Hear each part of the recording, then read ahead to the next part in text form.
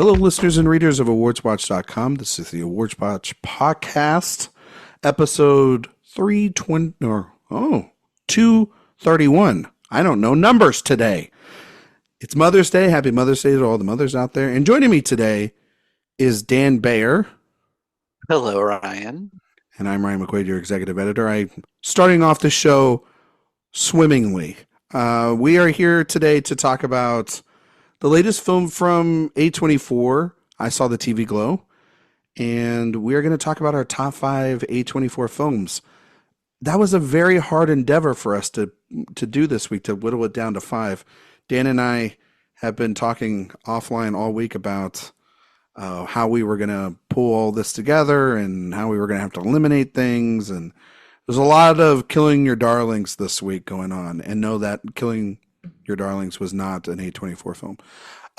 But I'm really excited to talk about I Saw the TV Glow, Dan. This has been a film that's debuted at the Sundance Film Festival earlier this year.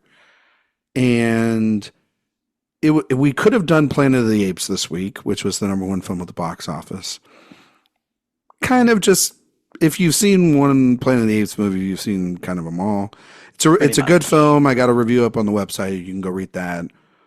A lot of people went, I guess, and saw the new Planet of the Apes movie this weekend.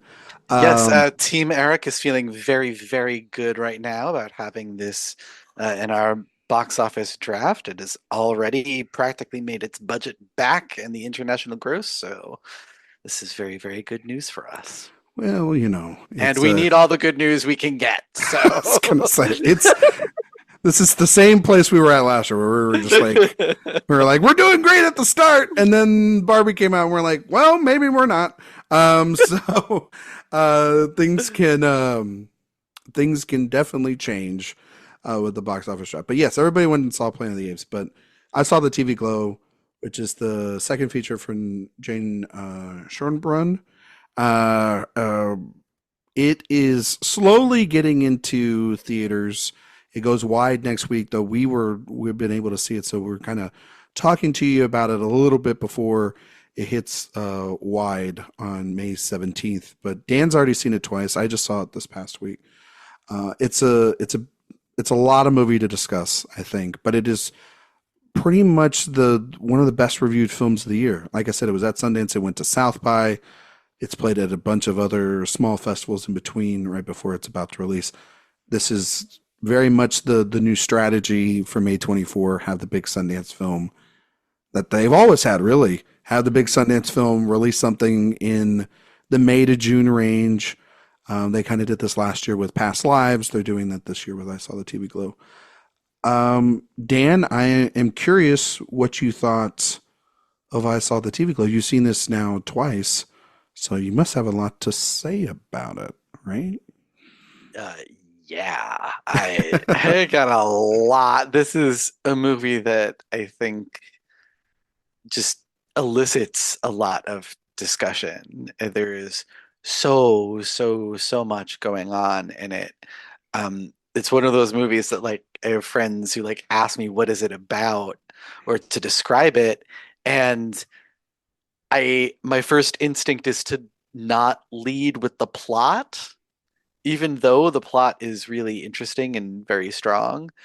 But it feels like it's not really about the plot. It's more about what it's about subtextually. And I really love that, especially because what it's about subtextually is not all that difficult to grasp in this film. It's laid out there pretty plain. And if you don't get it in the film, if you read any interview with Jane Schoenbrun, you will know exactly what this movie is about. But I think that I am really glad that I have got to see this. In both the first time that I saw it was before I was interviewing Jane and lead actress Bridget Ludley Payne from the film, and I had it on screener, and I was just watching it in my apartment with all the lights off and everything, and I was stunned to the back of my seat. I was pinned there on my couch. I had to oftentimes pause it in order to remind myself to take notes because I was so thoroughly engrossed in everything that I was seeing on the screen and everything that I was hearing in the soundtrack. I was just riveted throughout the whole thing. And then seeing it yesterday in a theater with surrounded by people, I thought that I had seen it in the perfect situation because I could pause it and have my private moments with this movie, which felt right because this is so much about our private relationship with media.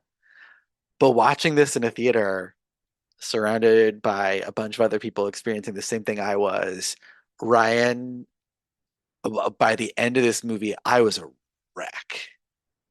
I was I felt like I had just had my guts spilled in front of all these people. It Mhm. is a movie that just by the nature of it deals with such personal topics, and it is absolutely a movie that had I seen when I was a teenager, and I know lots of people who, if we had seen this when we were teenagers, we would have felt very seen by this movie. And not because we're not because all these people that I know were trans, which is obviously this is a very trans narrative, but the things that it talks about these dysphoria like feelings of not belonging and how everything feels out of whack and out of place and you don't fit. That is such a universal feeling, Yeah. and the fact that it can go deeper in this film maybe because of the trans narrative of the filmmakers and at the heart of the film. But I think it the way that they go about explaining it and visualizing it in this film, I think makes it even more accessible to everyone, and I think that's incredible. I think that this movie is visionary in ways that I can't really describe or explain, but using an old TV show to discuss these themes of identity and the way that the style bleeds into the style of the film itself, I think is just masterfully done. I loved the use of colors in this. I loved the use of music and sound in this in general. And there is this monologue in the third act from Bridget Lundy Payne that just I felt like time stopped during this monologue. One of the best delivered scenes I have seen in a theater in a long, long time. Just mind blowing. And then the last sequence, I that is such a ballsy ending. It's such a ballsy emotion to leave your audience with at the end of the film. And I have a lot of feelings about the ending and what it's doing and why and how. But before I get too deep into details, I'll just say I'll leave it at that and say that, like, for me right now, this is my number one of the year. Yeah. You're not alone, Dan. There's so many people online, fellow critics, audience members that have been able to see this within the 5 months of its release at Sundance that are giving it a lot of 5-star ratings, 4.5s, calling it a masterpiece. It feels very much a film that is speaking to our generations younger than ours, because it is a movie deeply, 10 toes, 10 fingers planted down in the ground in nostalgia.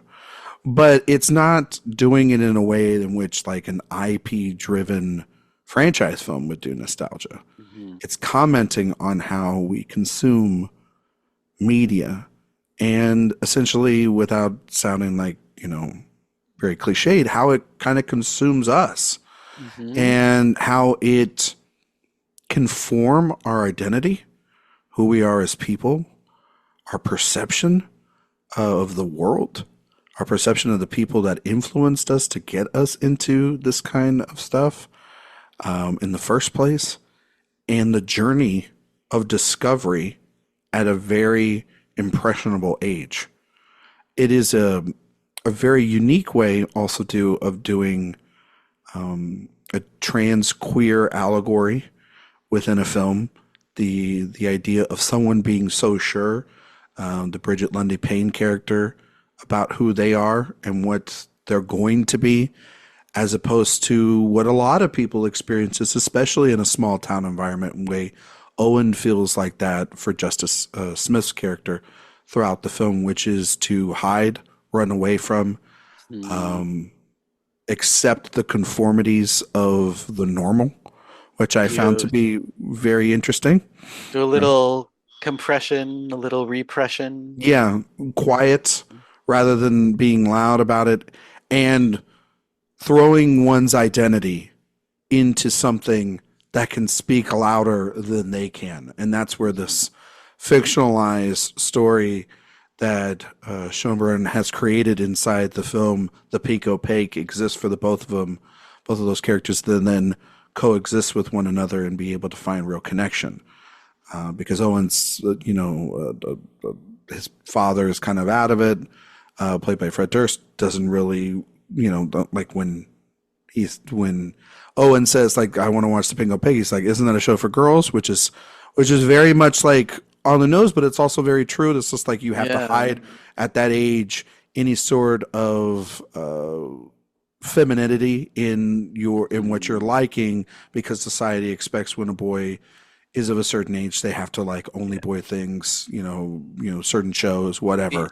Or the And concept of like, oh, it's about girls, therefore it's for only yeah, girls. when there's no, and especially back then, I think in the like Yeah, the the late 90s, 90s. early 2000s, where we were not as informed about gender Hmm. or about who everyone is, and this, and I mean, we as a society have evolved Yeah. from that, not as much as we'd like, right? But No, definitely but definitely better than we were 20 years ago. yeah. And the idea of having to maybe in a show find that subtext, right? I mean, we did a show this year, 25 years old, about The Matrix, which is a movie Yep. that can stand alone as just a regular action film, just like the Pico Pig here can stand as just a Are You Afraid of the Dark, Buffy the Vampire Slayer, Goosebumps sort of rip off show, right? And it can be a Saturday evening, Saturday morning show for kids or young adults, but it can also be a trans allegory. It can also be a sign for help and escapism.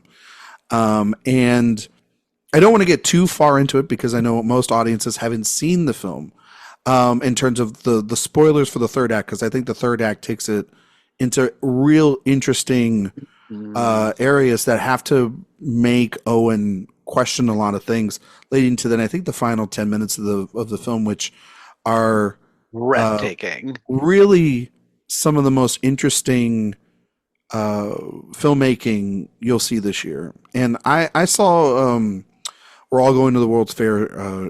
Schoenbrun's first film, Yeah, same. and I wasn't as big of a fan of it. I think that film speaks to more of just the internet culture and how we consume the internet, and I don't think it really scratches nearly the complex surface that movie is trying to go for, while ambitious Mm. filmmaking wise that they're doing there. I just don't think that their screenplay is up to par.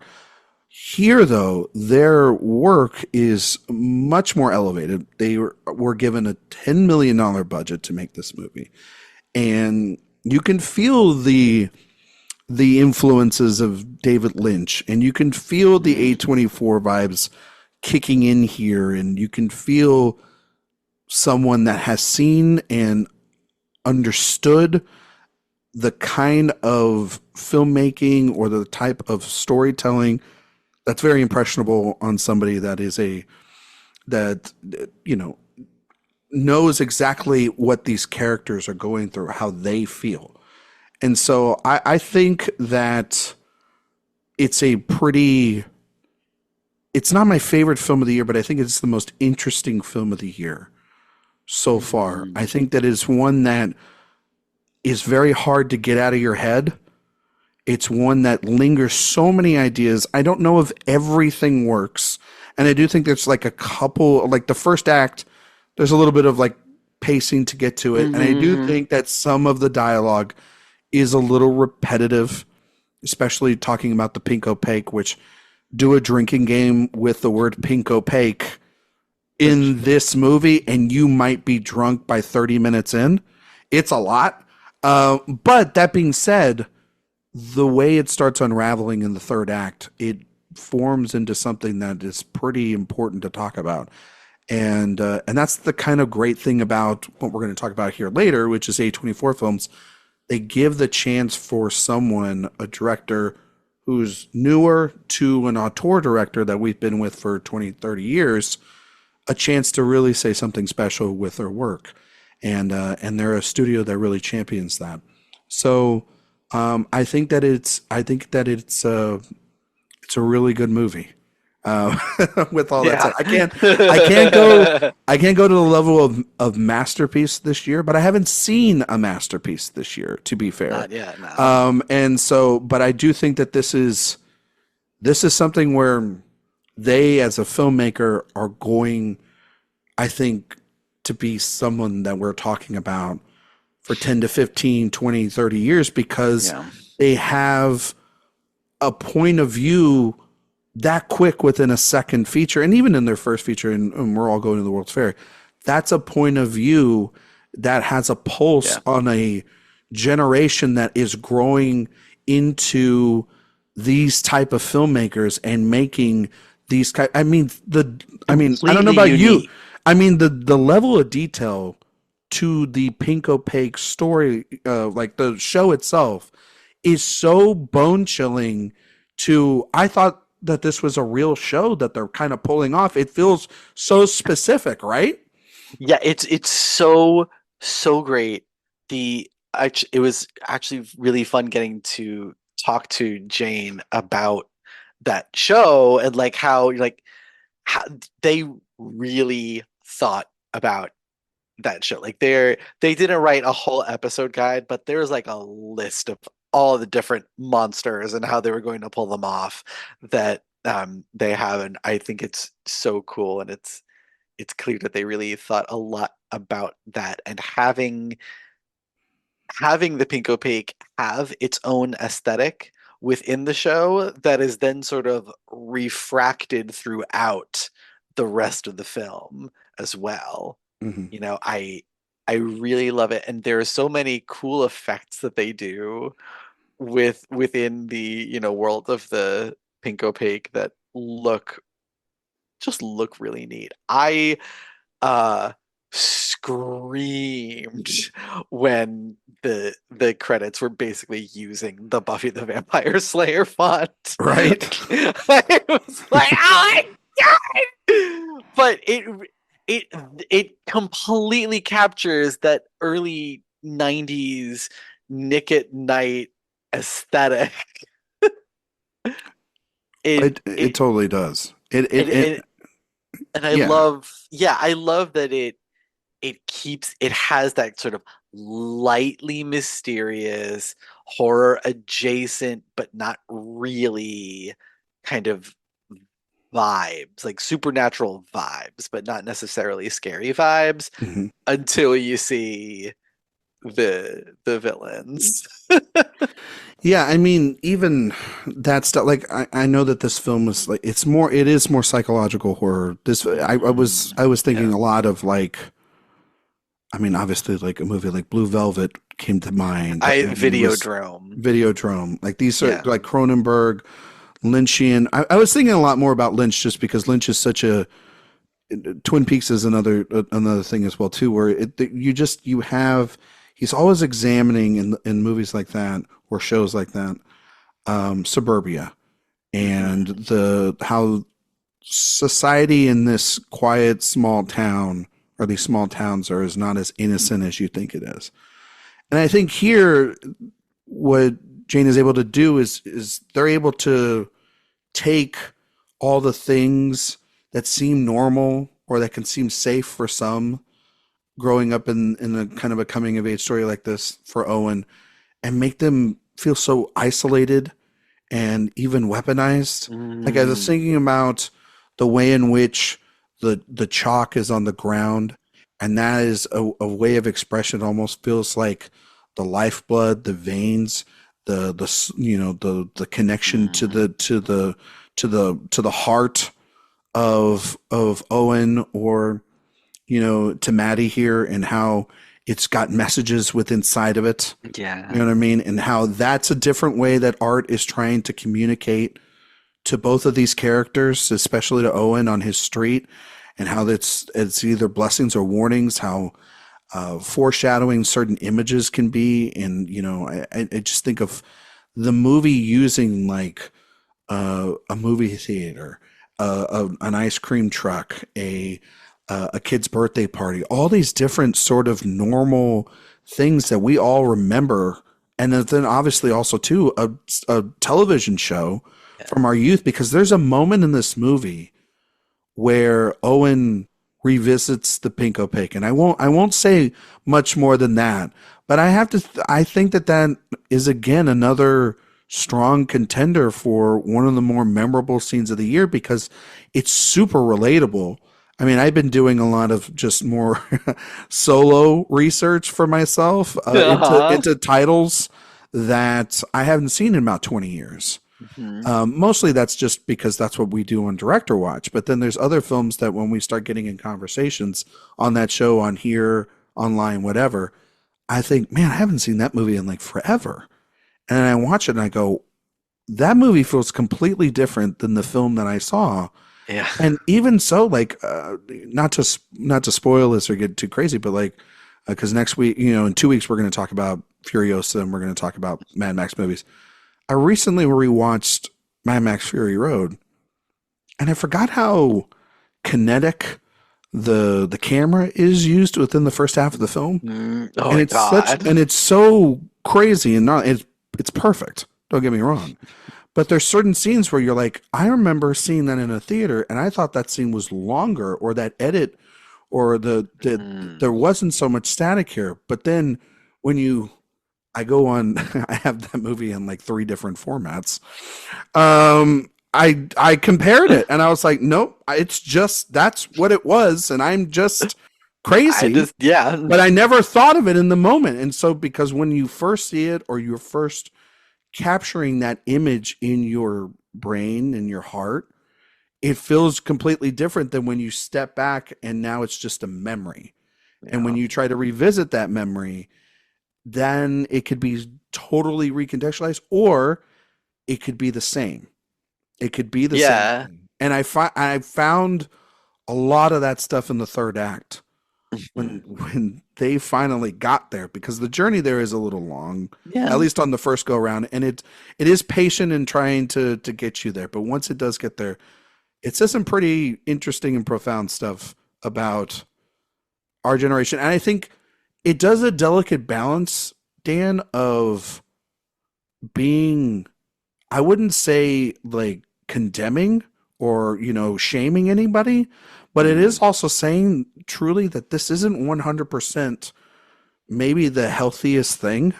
Like I don't think that the film is a Yeah. cautionary tale, but I don't think that it goes without having this way of consumption in a lot of ways, letting our characters off scot free here without some pretty sad Yeah. consequences to this. And that's a lot because of society, but that's Yeah. definitely also because of the actions that they do, and then it really hurts again in those final 10 to 15 minutes of the film. Yeah, there is, especially the second watch for me, I noticed that there were so many shots in this movie in which Owen is completely isolated in the frame from anyone and anything else. He always looks alone, Hmm. not lonely. alone. He is alone in the world. And even though he has, like at least loving mother, Danielle I was gonna Deadweiler. Shout out to Danielle Deadweiler. Weiler. Yeah, I want this woman's movie. I want to know all about her. I want to know how How she she ended met up with Fred Fred fucking Durst. Durst. Fred Durst having a moment at South by this year. Really, between At this and Y2K. Y2K. Yeah. Wow, what a So moment. completely, but also What a time. what a range if you compare the two films. The Y2K is a Balls out comedy. balls out comedy from Kyle Mooney. Yeah. That premiered And to decent reviews at South by Southwest. And this was and what he's doing in this, that's the other thing that I thought that he was really- actually the bigger monster in the film than what we see from the Pico Pake at times, because there's it's just fear that Owen has anytime he comes home in those little moments, right, of never knowing what that's going to be. And there's a moment involving their television set between the two of them that I think is, again, also one of the most heartbreaking moments of the year too. I can't. But one of the stylistic elements of the movie that, like, it took me a while to get on board with it, but once I did, I think it's really unique. And I think it is there on purpose in saying something, but there's a lack of affect that both Bridget Lundy Payne and Justice Smith are achieving in their performances that I think that they've tried to get that from all of the other characters as well. And I think that Fred Durst in particular has taken that lack of affect and really made it into something just completely bone-chillingly frightening. There is a moment in this when he's just looking at Owen and there's nothing there. And it is so scary because what is going through his mind? What is he going to say? What is happening? And like, he doesn't have anything going on in his eyes, and yet he was looking like right through you. You feel it. You feel that lack. You feel that emptiness in ways that are just gut wrenching. Yeah, and I feel like this, and I feel like too in that scene, we see Owen look at him differently, and he looks different, his own father, than when we've seen earlier in the film. But clearly, the way if you look just at the eyes, the way Durst is able to carry it, that feeling is mutual. They see two different people that either are projected, one self-projects, but the other one wants in this world. And it's, there's also like a really good, towards the end, there's like a, when the camera and the narration throughout the film turns really, like the narration, and it's very minimal, I think, throughout the film, but it is to add context. It is really interesting. I like it. It's very diary-esque. It is very much like some of the shows that we would watch, where they would write the story at the end and then, close this chapter. Yeah. When the last bit of narration happens, there's another scene too. That's the thing. It's like this movie, you unpack it more and more. There are so many scenes that are fantastic. I think that it will reward itself on repeat viewings. There's a lot of meat on the bone. For yourself, Dan, it obviously it got better for you on the second go around. There's a lot on the surface that's clear, and then there's a lot of also stuff that you have to unpack yourself personally. Yeah. I do think, though, I saw this with my audience. They were I don't think as into it. I know that there were a lot of people that were doing the comments afterwards. I was just overhearing some of them, and they kind of didn't know what they just got themselves into. And I feel like that's gonna be the case. Yeah. But also I think it's finding its audience with every screening too. It was Yeah. the Alamo Drafthouse and A24 were doing sold out screenings this past Wednesday. And so it's you know it's not going to be a box office juggernaut with any stretch of the imagination, but No. it is something that I think will be a talking point for a lot of young filmmakers going forward. I think will look back at this movie maybe potentially as a calling or awakening for them, maybe to start picking up a camera. It feels Oh it yeah. feels like the future of that kind of thing here too, and it does play a lot of its influences on its sleeve, but in the right kind of way. We have a review up on the website. I believe it came out of Sundance, and we'll have some more coverage potentially as the year goes on for a film that I do not think will go away. I think it'll be on a lot of top 10 films of the year. I've seen a lot of very prominent critics talk about it as their favorite film of the year, and it will stay that way unless they see something on the horizon that'll change that. I see what you did there, Ryan. I am not saying Kevin Costner stan you.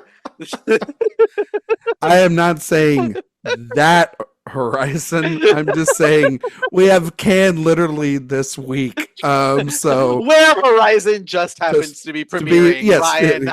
yes. I see you and I understand you. Listen, there's two parts coming out. All right, so the debate begins on are you a part 1 or a part 2 stan? and there is a right and wrong answer. Sure, and it's you're neither. You know.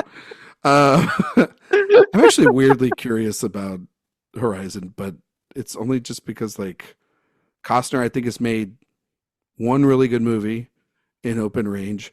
He's made Dances with Wolves, which I think is fine. It's not like the greatest. It's just a movie that has not held up well. No, but it's like it's an AMC movie. Like you watch it on AMC with your dad. Yep. You know what I mean? And then The Postman, which is one of the worst movies. You ever seen The Postman? The Postman is so wild. It's a wild movie. It's a wild movie. So more on Horizon and other films down the road. But yeah, I would not saw the TV. I would not be surprised if when we do our episode at the end of the year where I talk to you all you guys about your favorite films of the year, if 1 or 2 of our team has this potentially as their film of the year. It's pretty high up there. It's got a high rating. You go look on your letterbox. Everybody loves a letterbox. It's pretty high. It's doing very well. And I tell you, like I will be, if there is another film this year that can speak to me as much on both a stylistic and thematic level as much as this one did, it will have been a very, very good year for movies. Look out for Dan's review of Garfield coming soon. A movie that's really going to speak. He hates Mondays, loves lasagna. And you know, if that isn't the human experience in a nutshell, I don't know what is. Yeah, exactly. There you go. Okay. A24 as an entity, top 5 A24 films. I gotta say, A24 is such an interesting entity as a company because I think with many things that you and I consume on a day-to-day basis, movies, the internet, talking about movies, reviewing movies and stuff, this is a pretty big brand, and that's what they've kind of become now. Yeah.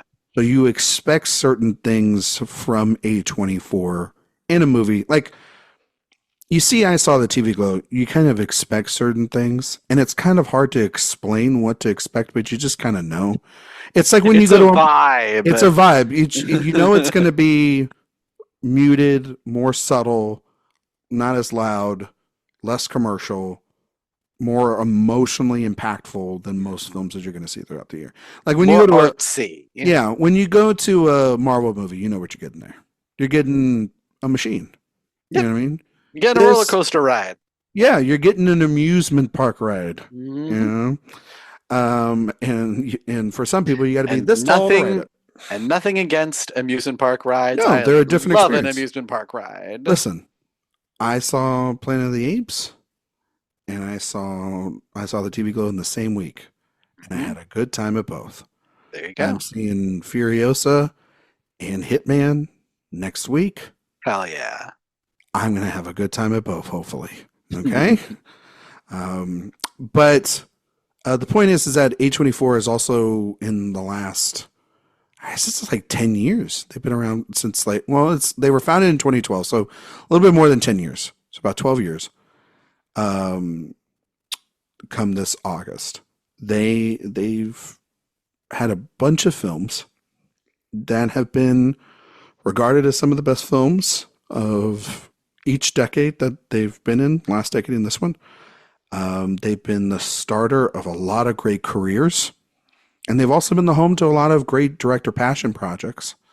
They also are able to get those movies into theaters and for them to be seen on the big screen. How profitable are those? Well, they're profitable within their own Enough. means, and some of those films have been able to, like I said, build the careers of some of our great artists that we have today.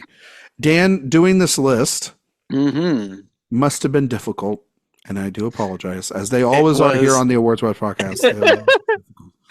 it was Um, incredible. This one particularly was Yeah. incredibly difficult because, like, in some ways, when we're talking more like genre stuff, like I can usually find a way to, you know, handicap some things. Eliminate. Yeah, you Yeah. can find a way to say like, okay, we're gonna check out this chunk of people because it can also fall into this subcategory of this, and or whatever. Yep. But A24, you can't really do that. Although I did manage to handicap exactly one film, Okay. because I just looked at their list. I'm like, there's kind of one that just really sticks out like a sore thumb, standing head and shoulders above the rest. Oh, okay. And so I did kind of like say, okay, this one exists in its own god tier category that I will just remove from this from Do, my personal top 5. oh, can we talk about that, or is that you want to say? I have a feeling, knowing you, that we will be able to talk about it Okay. at some point during this podcast. Okay.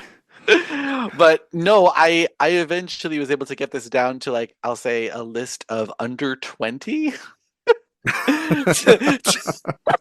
Yeah, I had mine at like 30. Yeah, I had like mine at 30. You know what I mean? The only thing that I could do to cut things out was like, okay, like I can cut out these where, like, I know that I love these movies, but I need to rewatch them before I'm really going to seriously consider them for a top 5. Yeah.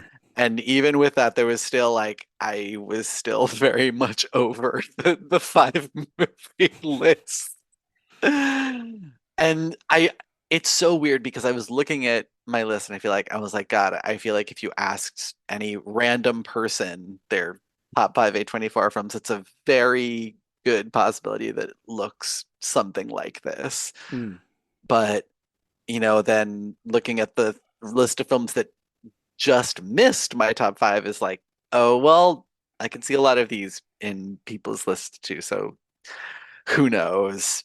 But there are some real gems, and I did decide to, like, Real gems or jams? look. I'm just asking for the listeners. I'm not trying to overstep. I just want to make sure if they're gems or jams. They're Unca Jams. Thank you. All right.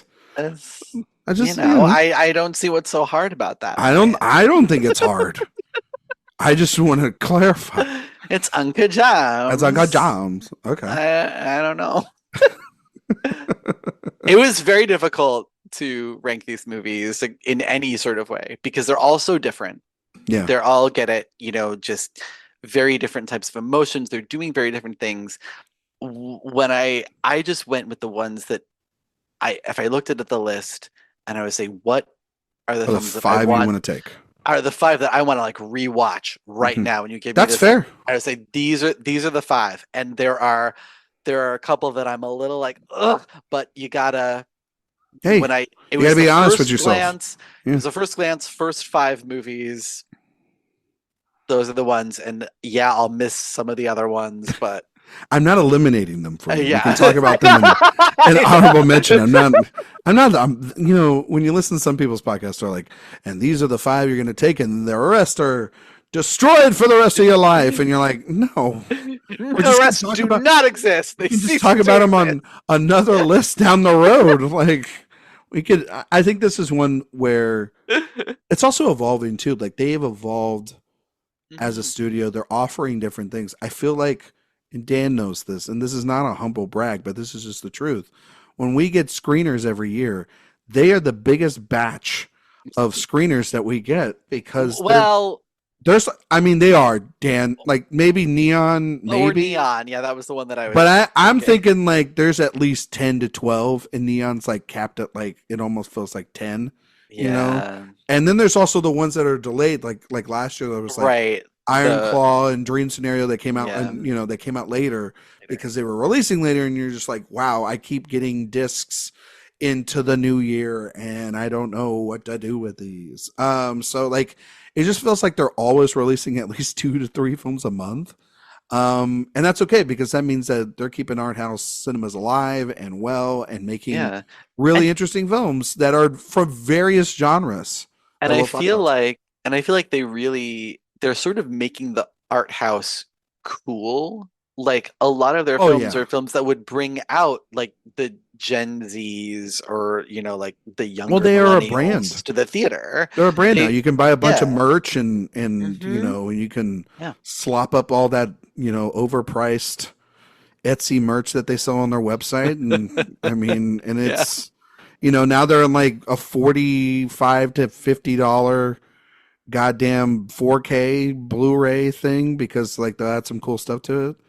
And yes, I I'm mean, I'm the asshole that bought the have $55 one for Stop Making Sense. I don't give a shit. Like I know I'm gonna just admit I'm a hypocrite right here, and I don't care. like I did pay for the director's cut edition of Midsummer, so Yeah. I mean, we've I all mean, done it. I'm just yeah, saying it exists, and we're all we're all to shims. blame. We're all to blame for this. Well, with all that said, and we put all of our shame out on the table. Uh, what's your number five? All right, so and like the I very very loose ranking here. This would change on any given day except for number one. Well, I don't Um, think they produced Loose, but they produced other things. So ha ha ha ha see ha. what I did there. I do. My number five is a movie that I remember seeing and being just stone cold stunned in the theater, and I I was hanging out with a friend a couple weeks later, and we were out doing stuff and weren't ready to call it a day. And so we were looking at what's playing in the movie theaters, and I saw that this was playing and was like, I've seen it already, but I would see it again in a heartbeat. I think we should go. It's playing. It was also like the only thing that was playing at a decent time. So it's like, okay. And I was like, no, trust me, you'll like it. It's so good. The movie ended, and my friend turns to me, mouth, jaw on the floor, eyes agape.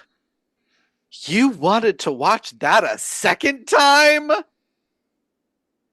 And to which I said, well, yeah, because the movie is Hereditary. And yeah, I did want to watch that shit again.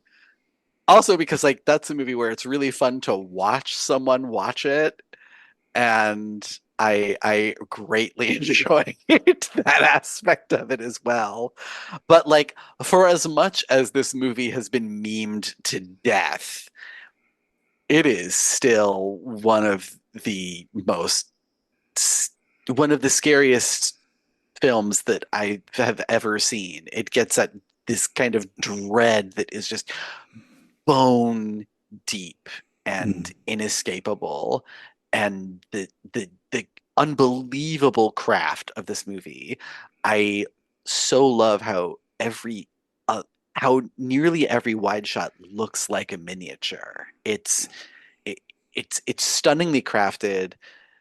I love the score, the cinematography, the production design, all the performances, but obviously especially Toni Collette just going so far above and beyond what any movie would ask of her.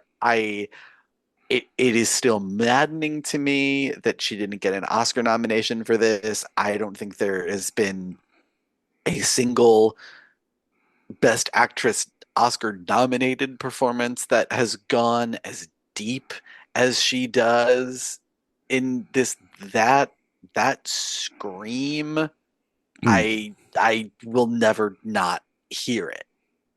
I will never not hear it.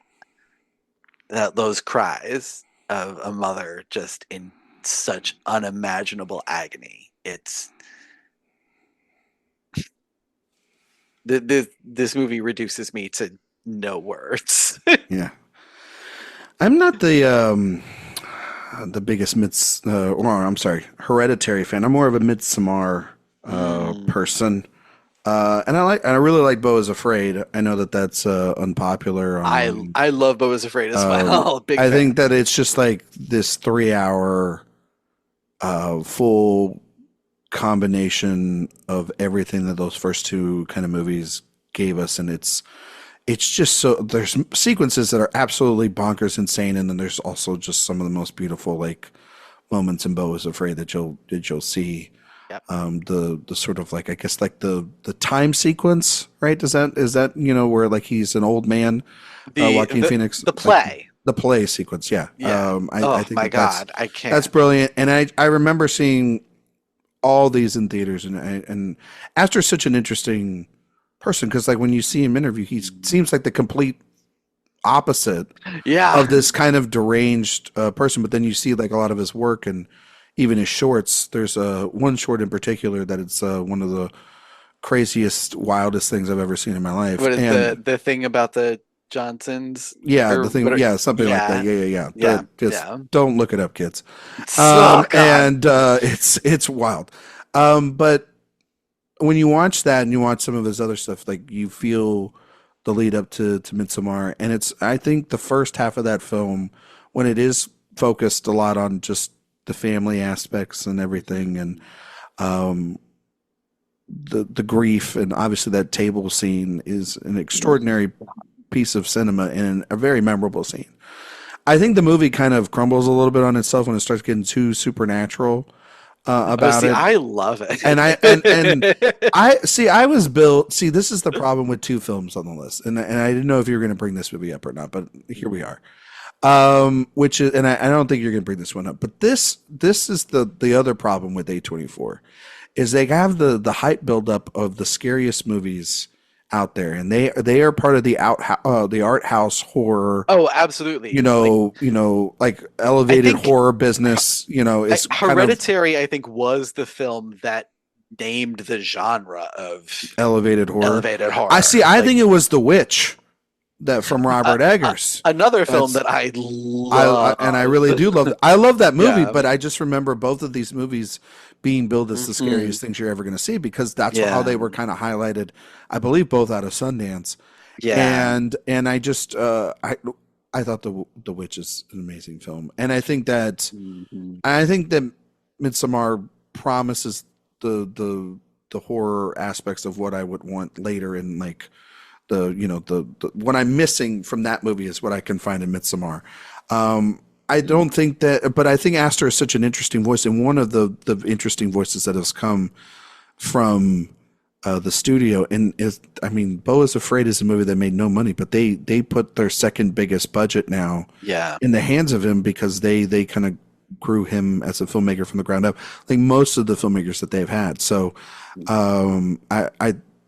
I think that it's a necessary pick too because people absolutely love that, and I do agree. Like Toni Collette, she's fantastic in that film. Her and Lupita Nyong'o were their Oscar nominations. Robbed. Lupita Nyong'o for Us, but like the horror, and then we may not talk about this. I don't know if we're going to talk about this, but obviously like Mia Goth in Pearl, that performance runs because this one walks. You know, I don't think we also don't talk enough. I think we talk a lot about Toni Collette, but I think Alex Wolff is really great. Alex Wolff, tremendous. And Millie Shapiro? Yeah, Millie Shapiro. I always get her confused with Millicent Simmons from A Quiet Place. It's okay. Millie Shapiro is also really, really good as the young daughter. I think Gabriel Byrne does really, really well with a incredibly underwritten part. Yeah. But let's be honest, this movie is really just about one woman. Yeah, for sure. It's about Ann Dowd. Well, she's just there. She's just there to renew. Number one rule in movies: you do not trust Ann Dowd. I would think movies and television, like it's number one. She was only there, I think, in that film to renew her Hulu subscription. So, just wanted to throw that out there. My number 5. I told Dan I was going to cheat on this list. You did. And it was the only time I'm going to cheat on this list. You go from having a conversation about a mother, and I would like to talk about two mothers, if that's okay. You go right ahead. I would like to talk about two movies that I think are kind of perfectly built together, and I don't think people talk enough about. I think that these two movies obviously are brilliant movies, 5-star movies. They're separated by a year apart, but they have so much connective tissue. They're about two adolescents growing up in specific time periods in California. And the central other figure in this movie is their mothers and what they see in the future of themselves. And we see them grow, and we go back on a lot of our nostalgia. And I, of course, am talking about Mike Mills' 20th Century Women, and then also tying that in with one of the stars from 20th Century Women, Greta Gerwig, and her solo directorial debut, which is Lady Bird. And I believe that is the movie that Dan is talking about, that is in another stratosphere. If I could be wrong, maybe I am wrong about that. No. Okay. But I think that, one, I rewatched 20th Century Women because, as one does when they're obsessed with Mike Mills, and the way he is able to write specific, beautiful dialogue for pretty much every character, but especially all the female characters in this movie. Annette Bening's performance in this movie is maybe my favorite Annette Bening performance, because she just feels so at times very confident with her own self, but she is definitely not confident about her own son.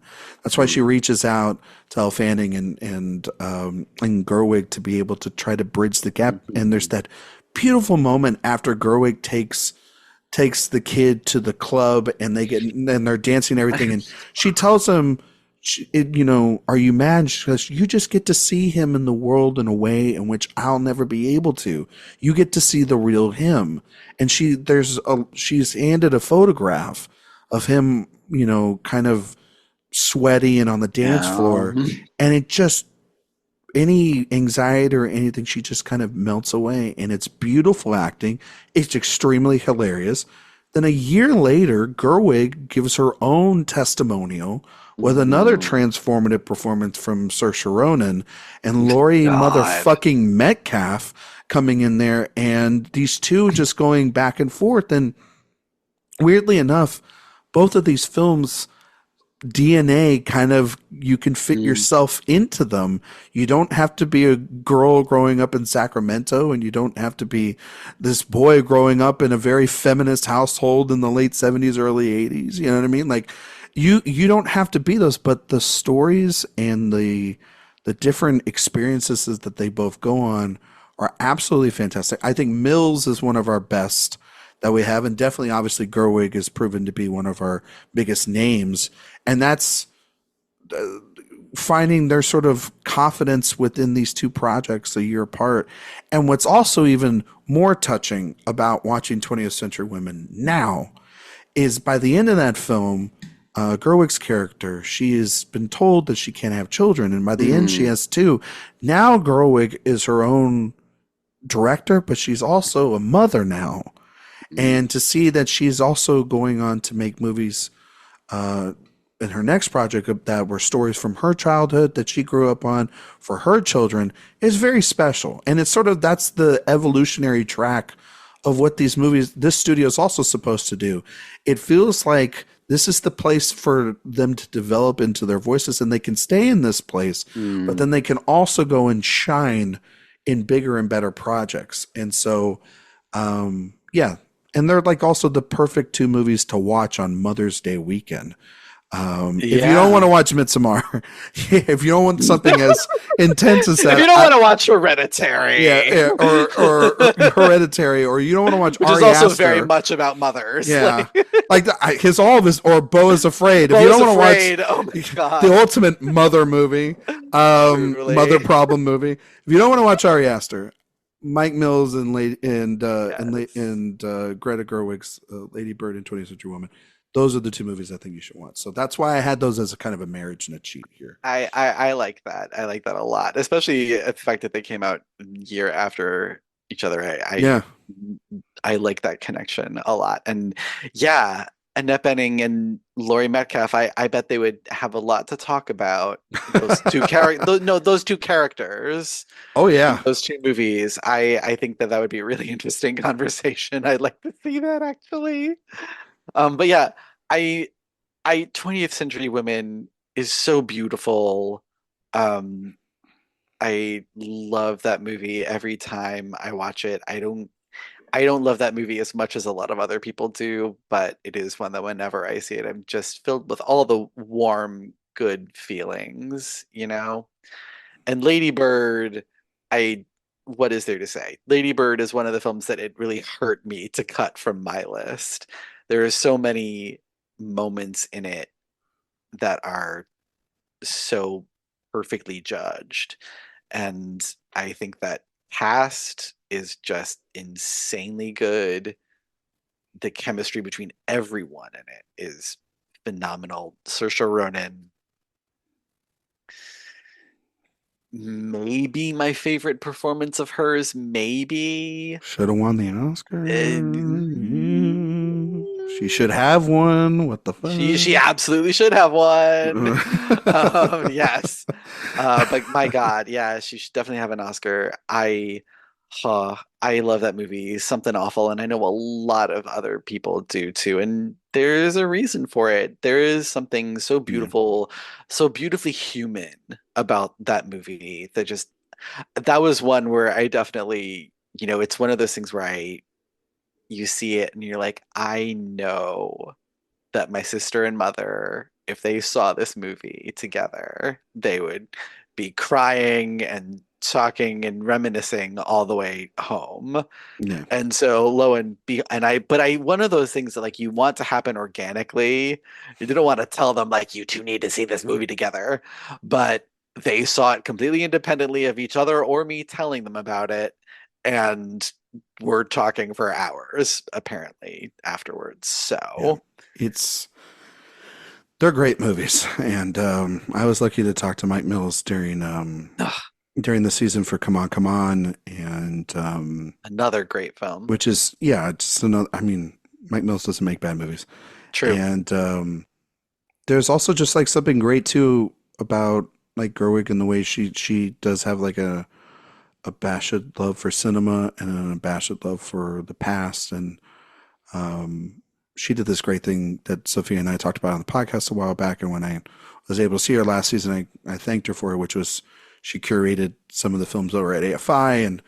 And you could just see this in like the behind the scenes videos for both of these movies too, just like her evolution, both as an actress and as a filmmaker. And it's a really important point because like this is post Frances Ha, but this is right before she's about to break into the world as being the biggest director. And she's an incredible actress. I think people kind of forget that about Gerwig, and if she wanted to, she could be one of the best that we have. Oh yeah. So goddamn hilarious. Just look at Frances Ha. Yeah. There's just something about her though. And I mean, the menstruation dinner Oh, scene is so classic, classic. fucking classic. But then there's moments later where, or earlier in the film where she's drunk and she goes, she goes into Jamie's room and she's just like, if you want to do anything worth a shit in this world, you need to get the fuck out of this town Yeah. and go just run. But I mean, Mills also, I think what's so beautiful is the way in which he wraps up in the stories and how these characters continue.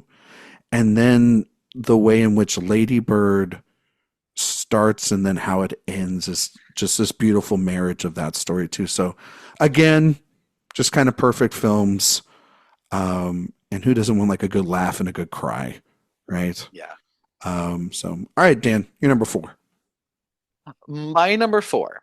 So you know how when Pulp Fiction originally came out in 1994, there are all these reports of people Oh boy. during the scene with the hypodermic needle, people were fainting in the theaters. They had to call 911. They had Yeah. have ambulances come because people were dropping like flies. Every other scene in Bo Burnham's 8th grade was like that for me. Like an adrenaline rush or like that you needed to vomit? No, like I'm having a panic attack. Right okay. All right. Okay. I was like, what movie are you comparing to Pulp Fiction in terms of anxiety in that scene? And I'm like, oh, that makes total sense. Yeah, it does. I have never felt more anxious when watching a movie that wasn't billed as a thriller. My God. And it's so effective because it's so fucking accurate. Yeah. I look, I was in 8th grade many, many years ago now at this point.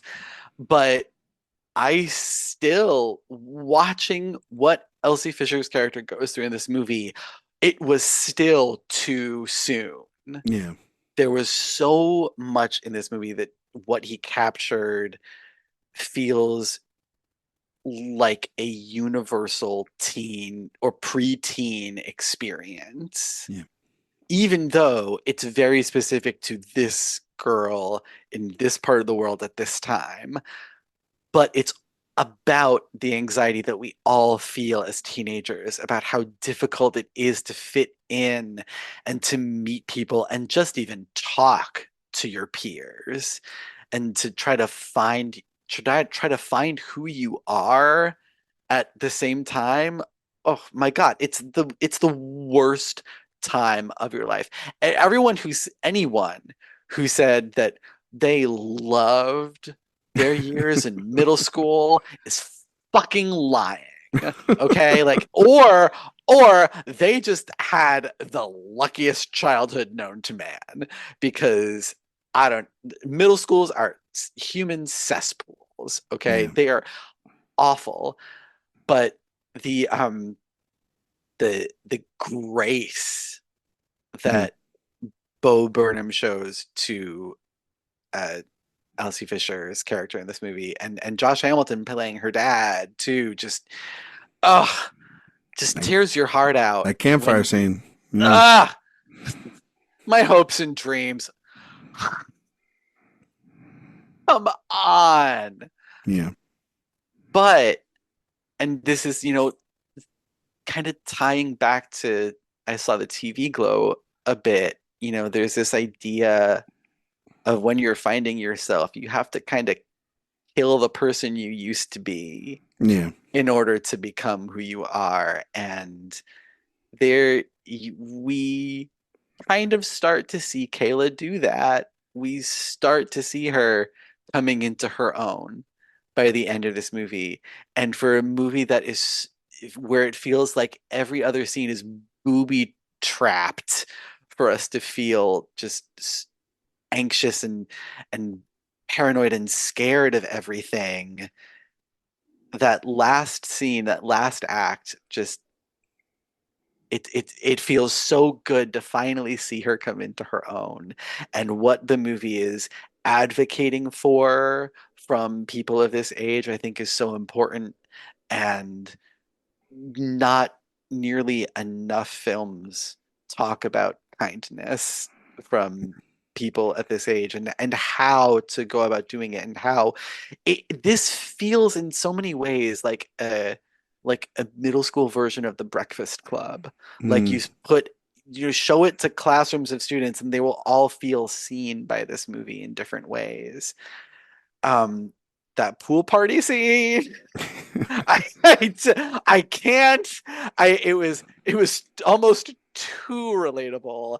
And then, we get to late in this movie and just the perfect McDonald's chicken McNugget date. I Can you even imagine? Can you Don't make even me imagine, don't make me Ryan? imagine. I'm very I, hungry right now, and we've been recording for a little bit now, and all the I don't want to sauces talk about food. lined up. I can't. But yeah, this movie is magical. Yeah. If the Oscars had done the right thing and given this a nomination, it very well could have won for Best Original Screenplay. And I I am very, very interested to see what Bo Burnham does next, because Inside was great, but that was a very different thing. What got in over eighth grade probably in that year? Was it probably First Reformed? God, I have to remind It's myself what the other 2018, right? nominees were.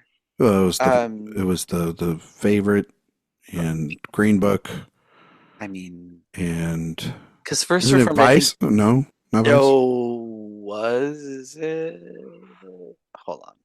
I mean, we're all doing this on the fly, folks. I Don't. know.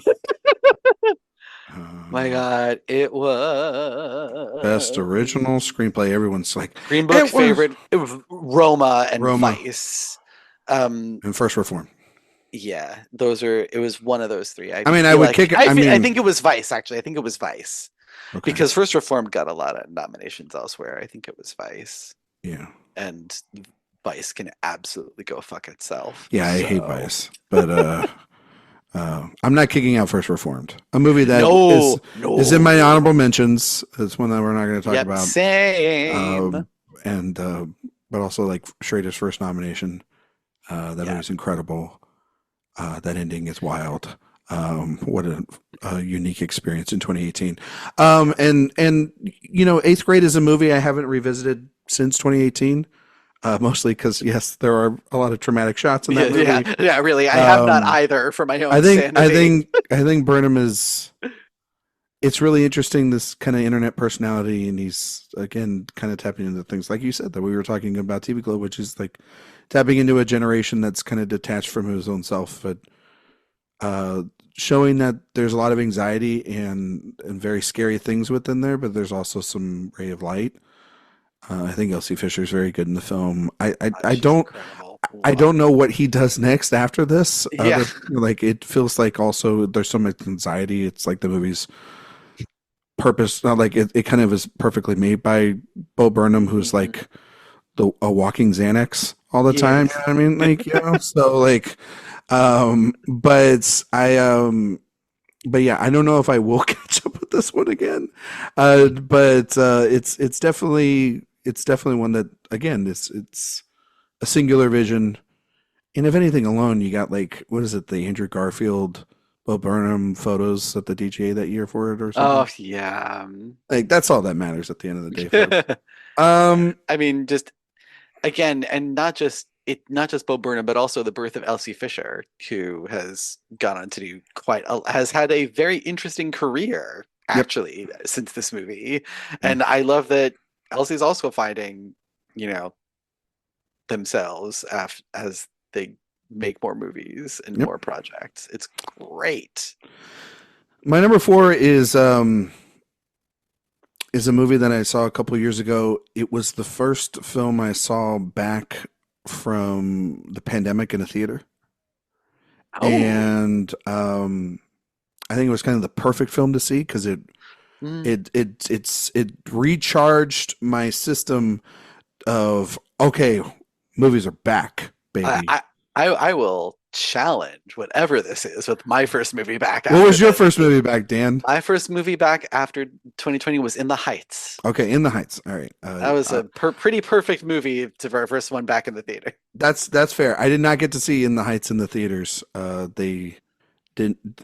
Warner Brothers didn't do a screening in Austin or San Antonio. Pointing that out there in case any Warner Brothers reps are listening. They did happen to do them. We'd like to see those movies in the state. But no, I saw In an Alamo Drafthouse, full of critics. I saw David Lowery's The Green Knight. And that's also a good one. Yeah, it is. It is pretty good. Okay. Now, Not as joyous vibes is In the Heights, but definitely a cinematic. But the power of cinema. Yeah. I think David Lowery is one of the 5 great modern American filmmakers that we have currently today. I think that movies like Ain't the Body Saints, A Ghost Story, Old Man and the Gun, even His Pete's Dragon, are really great, interesting, thought-provoking, emotionally beautiful films. I throw out Peter Pan and Wendy because that movie is just a check, but okay, whatever. It's still a lot better than a lot of the other live-action ones that he's done. But this movie, when you hear about him talk about it, this movie was completely different the year before. It was supposed to be at South by Southwest in 2020. Obviously, the pandemic kind of pulled it back. And Lowery, who's not only the writer and the director of this, he's the editor of this film. He re-edited the entire thing from scratch, and made a composer of the beautiful score, Daniel Hart, of this movie, do an entire new score for it. And what he got was a modern masterpiece about what we see in ourselves. Dev Patel's best performance to date. You got your Barry Keoghan's in this. You got your Alicia Vikander's in this. You got your Joel Edgerton's in this. Do you ever have your Alicia Vikander's and Joel Edgerton's in this? You have your Sean Harris's in this. But, I mean, it really is. I mean, obviously it's based off of this, Sir Gawain and the Green Knight and this fable we've known for such a long time.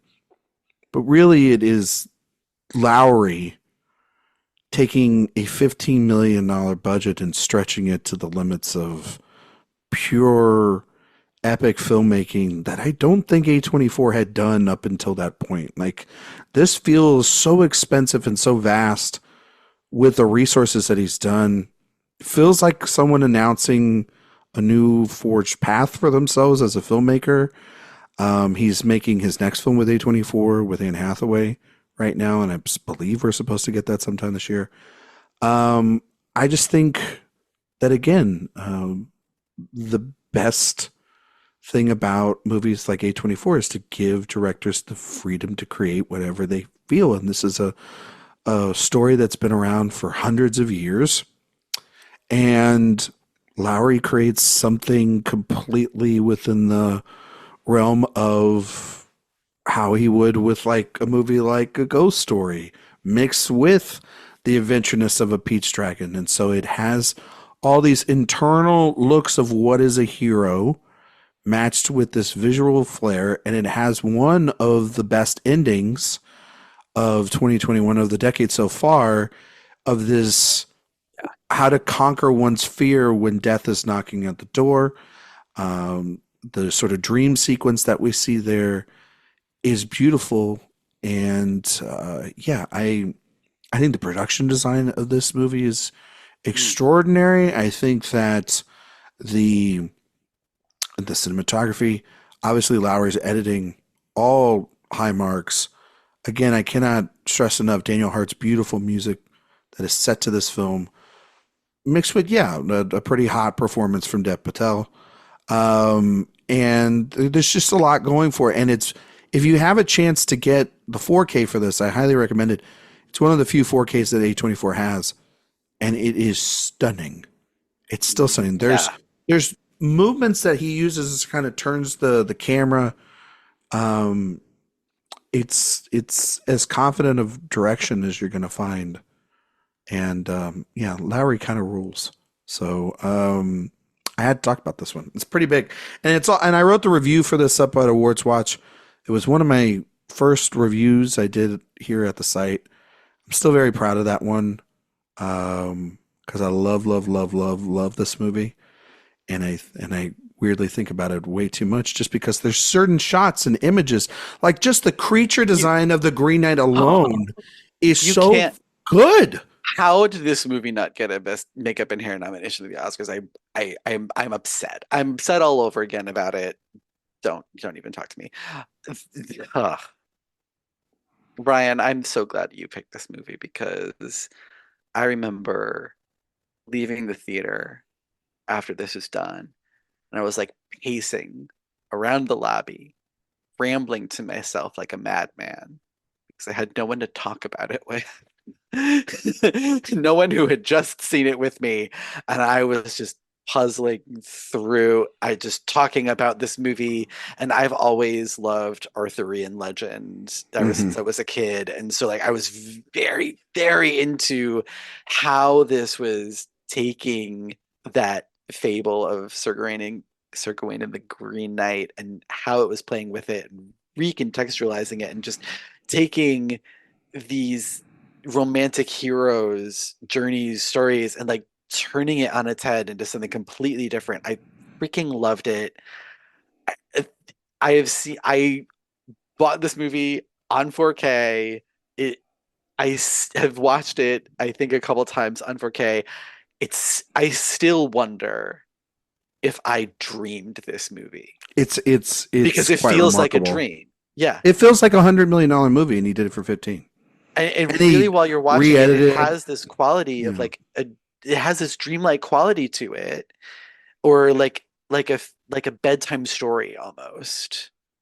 almost a That you're bedtime story that turns very Yeah, nightmarish at times. There's certain yeah, jarring sequences, and and it's it's gorgeous. yeah, Everything in it is beautiful, and yeah, it's hot. It's a hot movie too. very I know what Dev my Patel. Yeah, word, yeah, Dev Patel, indeed. my king. Mike. Mhm. It's a great movie. Yeah. You're number three. My number three, my number three. Um, I don't have a fun story for this one. My number three is Moonlight. Okay. Oh, by the way, when we do top fives, just so that because this is the first time we're going to have crossover, we do talk about. Yeah. I forgot to mention. We got so wrapped up into this conversation. For our listeners out there, we talk about the film all at once rather than talk about it multiple times on the show. So this will be the chance that we get to talk about Moonlight, which is Dan's number three, and it is well, it's my number one. So yeah. Okay. So Dan, Barry Jenkins Moonlight, like it? Love it. Love it. This is one of those movies that for me, it's just perfect scene after perfect scene after perfect scene. Hmm. I cannot think of any way in which to improve this film. I think it's perfect. Every single shot in it, I'm in love with. Every single performance in it, I'm in love with. The the scene that takes up the largest portion of the third act, Mm. that restaurant reunion between the two of them, put it on a loop and play it while I'm on my deathbed. It is the only thing that I will want to watch, just to be left with something of such great beauty and profundity. I lose myself in this movie every time I watch it. And I think it's one of the most beautiful things that I've ever seen in my life. I I don't disagree with anything you said there. I'm going to take it a step further. I think this. Many people know this. so I'm just going to say it out loud. This is my favorite film of the last decade, of the 2010s. I think this is one of the most important pieces of cinema that we've gotten in quite some time. I think it's beautiful. I think it announces a filmmaker who becomes, I think, the filmmaker of a generation. I think what Barry's done, what Barry Jenkins has done with this, and before this, Medicine for Melancholy, If Beale Street Could Talk, and The Underground Railroad, has made nothing but cinematic excellence and elegance. And I rewatched this week for the first time probably in about 3 years, and it just all came back to when I first saw it. It was 4 people in the theater. We were all kind of spaced out. I think all those people kind of remain in my brain just because I think we kind of all saw something together that was very singular, and it was the last screening that it was in my city. And I just remember being like, if I didn't see this at this time when I needed a lifeline, it was a very important lifeline. It was the lifeline too that I think for a lot of people, including myself, we're able to finally comfortably be able to be who we are, be able to announce who we are as members of the LGBTQIA plus community, as people that have been marginalized, as people that have been ignored, as people that have been quiet, as people that have not been able to express themselves. I think the score by Nicholas Bertel, I think of James Laston's incredible cinematography. I think of the honesty and the tenderness that Terrell Alvin McCraney and Barry Jenkins' screenplay have.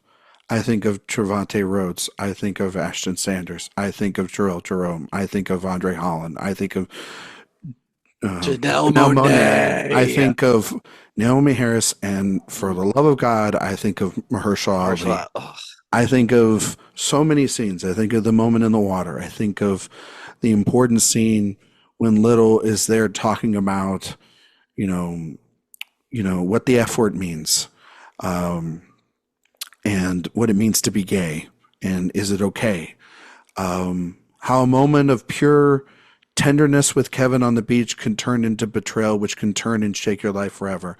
A reconnection of not only just pure love, but then of someone that they purely despised in his mother, and the understanding there, and the love and the honesty that they had with one another. The second to final shot, we talked about this 2 weeks ago. To talk about it is one thing. To rewatch it is another. To see Trevante Rhodes, a huge individual in terms of a muscular man, put his head on Andre Holland's shoulder. Ryan, And it is incredible. And then it positions right to what Juan talks about. The moonlight dancing off of this beautiful little boy, and how blue they are, and how blue his eyes are in those moments, and ending it. It is as perfect of a movie. I usually don't get like this, but damn it, I'm going to say it. When I saw it, I knew it was as reaffirming or life-changing of a film as when I saw There Will Be Blood. I knew in my bones at that point, I was like, I don't really like to get this invested. Wait. There Will Be Blood, life affirming? Yeah, life-changing, life-affirming. That cinema rules, and that I love it. And I was like, this is why I come to the movies. I come to the movies to feel something I've never felt before. I've never seen before. I never knew you could do that with a movie. I've always been like, can you do that with a movie? That affirms that you can. That thing on the big screen can be that. It doesn't matter. It doesn't have to be something that is personal to you. It can be something that is an idea that you thought, I've never thought you could get away with that. And there's been very few movies that you can do that, or I can say that has done that for me. Moonlight is definitely one of those. It's just to see it also become I think we're all very precious of it. I'm very precious of it because it's not a punchline because someone read a card wrong at the Oscars. It's an important piece of cinema that once again was undermined. Yeah. Its win is undermined. Like that's why I think the Parasites and the Everything Everywhere All at Once and the Oppenheimers and the moon, all the Shape of Waters and all these movies that have come out since, they've had their moment, and movies all have had it before. But this is a movie that hasn't, and the reason why people get upset, it's not to discredit what happened with La La Land, and obviously a genuine mistake. Yeah. But it is the worst thing that could happen to both movies. Yeah, because it's then we don't actually get to really talk about the film itself and its impact. We're talking about a nationally publicized event. We're treating it like it's Will Smith's slap. Yeah. Rather than a miracle of a movie that doesn't get to what be a moment. The movie of the moment. You know what I mean? Like and its legacy though is carried on with this enormous cast being in and around movies for the last, 8 years. Jenkins now becoming one of the most recognizable names. The success of this movie gives us movies like Beale Street for one. Beale Street, but then After Sun and All Dirt, Rose, Taste of Salt, other A24 films, because he's able to then take what he learned here and also use his voice to prop up and help the voices of others shine as well. And so it's a vastly important movie. I watched my two favorite films of the 2010s this weekend. They're two completely different experiences. But when you watch Moonlight and Mad Max Fury Road back to back, it's a great weekend. But yeah, I love this movie a lot. And so it's my number one. Okay. My number three is a movie that not a lot of people talk about. I think it's great. And it's from a director that his next movie, I know people are really excited to see, Kraven the Hunter. But I liked him long before that. And I'm talking about J.C. Chandor, and I'm talking about his film, A Most Violent Year. This movie, which is a gangster film set in the early 1980s, about essentially a gangster that's trying his hardest to keep his head above water. And he's having to balance this incredible deal he's doing, the FBI, his other partners in New York, and also his wife. And this gangster is played by Oscar Isaac. His wife is played by the incredible Jessica Chastain. And it is this kind of high-octane, propulsive crime drama with so many elements of 1970s filmmaking, obviously very, very Godfather coded in this movie as well. But what's so great about it, it's its examination on the American dream and the idea of that it even needs to exist, and the fight that one will do when they are up against it, and how nasty that'll become. And I think of really, as much as the film is centered on Oscar Isaac's Bill Morales and his wife Anna, the movie also shades at other people's stories, his workers, who are hijacked, their oil is hijacked on the road, and how that moment in losing their job or losing themselves can change everything there too. It's got a phenomenal supporting cast, especially Albert Brooks, Alessandro Nivola, and David Oyelowo, who are great in these just small bit roles throughout the film. I think it's one of the less talked about ones because it's not the big name. It's not the film that obviously won a ton of Oscars or whatnot for the studio. But it's one that, and Chandor had already made a couple of films before this too. He had made Margin Call already. But it's also the thing that's so great about A24 is the confident film from a filmmaker that's already established. They wouldn't be able to make this anywhere else. He makes this year. I still think it's his best movie. It's my favorite film of 2014. And I mean, it's also got very Shakespearean tones as well as, and I mean, Mm, my God, this is what Jessica Chastain should have really won an Oscar for. She's incredible here. This is the yeah. kind of movie also too. You're like, why don't I get this kind of Oscar Isaac anymore? Because he's so good. There's a table scene where he confronts all the bosses, and he just tells them to. Oh, He it's just tells them one word, really, stop. You know, and from that moment on, beautiful. it's a great again, a great examination of the American dream and desperation when you're really up against it, and the way in which this movie kind of weaves all these characters in for how it's all going to add up to make sure he doesn't go to prison by the Mm, end of it. It's great. It's a great movie. It's got a great soundtrack yeah. too. So The way audiences have treated this film, that was very very disrespectful. disrespectful. Yes, Very disrespectful. it's very disrespectful. It's one of my Just like favorite gifts ever. I use that all the time, and I'm like, it's very disrespectful. one of the most perfect moments of screen acting of the 2010s. No, my It is favorite though is gorgeous. my favorite's before that when they're in the back and he's just like having to upload the document, like throw the documents outside the back. Yeah. And she's like, I got the front.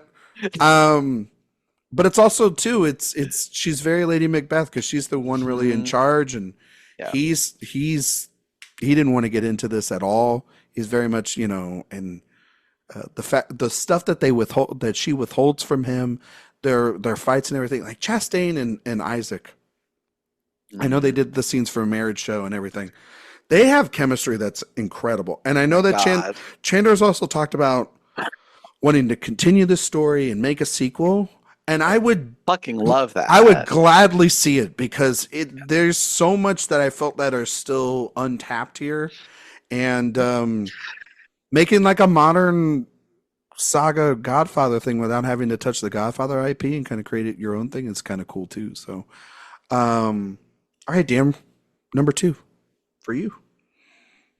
My number 2 is Everything Everywhere All at Once. Ah, I knew this was going to come up. Yeah. I still remember watching this movie for the first time at a press screening and needing to walk home as opposed to taking public transportation because it's as exhilarating to watch as it felt in the moment, and as much as my soul just felt fed by the pure amount of like cinematic vision on display. When you look under the surface about what this movie is doing and what it's about, it's so there's so much more going on than you'd think when just watching this movie as a fun kung fu alternate universe kind of movie. And I think that, you know, Swiss Army Man, the first film from Daniels, rubbed a lot of people the wrong way for how they sort of mixed the vulgar bodily humor with these really more serious ruminations on life and all this sort of stuff. And I think they got the balance much more right in this movie. It is a movie that gets very, very wacky, but that wackiness is part of the fun and part of the overall tone, and really a part of the way that the movie pulls off this sucker punch of an emotional ending that I was just flat out not expecting when this movie started. The first time I saw it, the number of unexpected moments that I had while watching this, it just felt like every other scene I was like, I have no idea where this is going or what it's going to be next. And then it ends in halfway through the movie. It runs the credits and everything, and I was like, what? And honestly, when we had got to that point, so much had happened in the movie that it was like, wait, have we watched a whole movie? Is the movie done now? It feels like it might have been, but I could have been no, like an A24 ending where, I mean, sometimes they just end right? and you're like, what Yeah, the hell just happened? yeah. But then it continues and becomes even weirder and more magical in the second act. I will never forget sitting in a completely full house in the IMAX theater at Lincoln Square, which is like 1,000 seat theater, and everyone's there, completely full, and this scene with the rocks happens, and it's complete silence other than the sound of the wind in the air, and you could hear a pin drop Hmm. in that theater with how everyone is just on the edge of their seats, absorbing everything. And when they do the ha ha ha ha ha ha, like everyone starts laughing because it's funny and it's unexpected. And then when it gets really serious, you can feel everyone's emotions start to rise again, and they continue to rise. The I will not get over the way Kiwi Kwan delivers that line about laundry and taxes. Yeah. I will never be over it. That is, I want someone who wants to do laundry and taxes with me that way. You know, Ryan, you know what? You're married, you know. It's, it's, uh, it's pretty magical, but also, it's very taxing. No pun intended. But Um, yeah. um, But not on yeah, my, not on my list. I was not expecting it to be. Most people that know on this show know I'm pretty. I think the You're movie's not a good. hater, you're an agnostic. I think it's a movie Good. that I understand why it means a lot to everybody, Yeah. and I think that it's great that it does mean a lot to everybody, and it found an audience. It's A24's highest grossing film, Which and I still cannot believe that it had that kind of reception from audiences, something this wild and weird. yeah. I Well, I love it. mean, I'm not too surprised about the wild and weird part. I'm surprised it became the phenomenon that it did. Yeah, yeah, And that exactly. it stuck around through. I mean, there's a lot of great films from that year. I think it's in like the 20 to 25 range for me. I saw like over 150 films that year, so it's not like I don't like this film. There's if I was going to pick a movie from that year from A24, I'd pick something like either After Sun Hmm. or After Yang Yeah. Or Sure. Marcel the Cell with Shoes on, something This was a else, real year of like you know. the minimalist films versus the maximalist Yes, films. it And really was. I And came down on the side of the maximalism, but I particularly After Sun is just a really beautiful film. I mean, how can yeah, you I know? mean, like Dan, the thing about it for me, and I think that this has always just been where I've placed it in my head, Mm. and I and this is a me problem, which is I saw it opening night at South by with everyone, not to be like a humble brag, but it is Right, also like just, this bit of a humble brag, yeah. but it's also like I've always thought of it as just like it's a South by movie. You know what I mean? Like for me, you know Sure. what I mean? Yeah, it's just yeah, sure.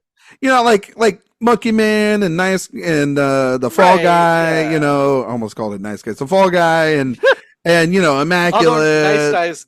Nice Guys does feel like a South The by South by movie. movie. You know what I mean? Just like, okay, that's fun and like you can have your fun with it and sure it got beyond that for people.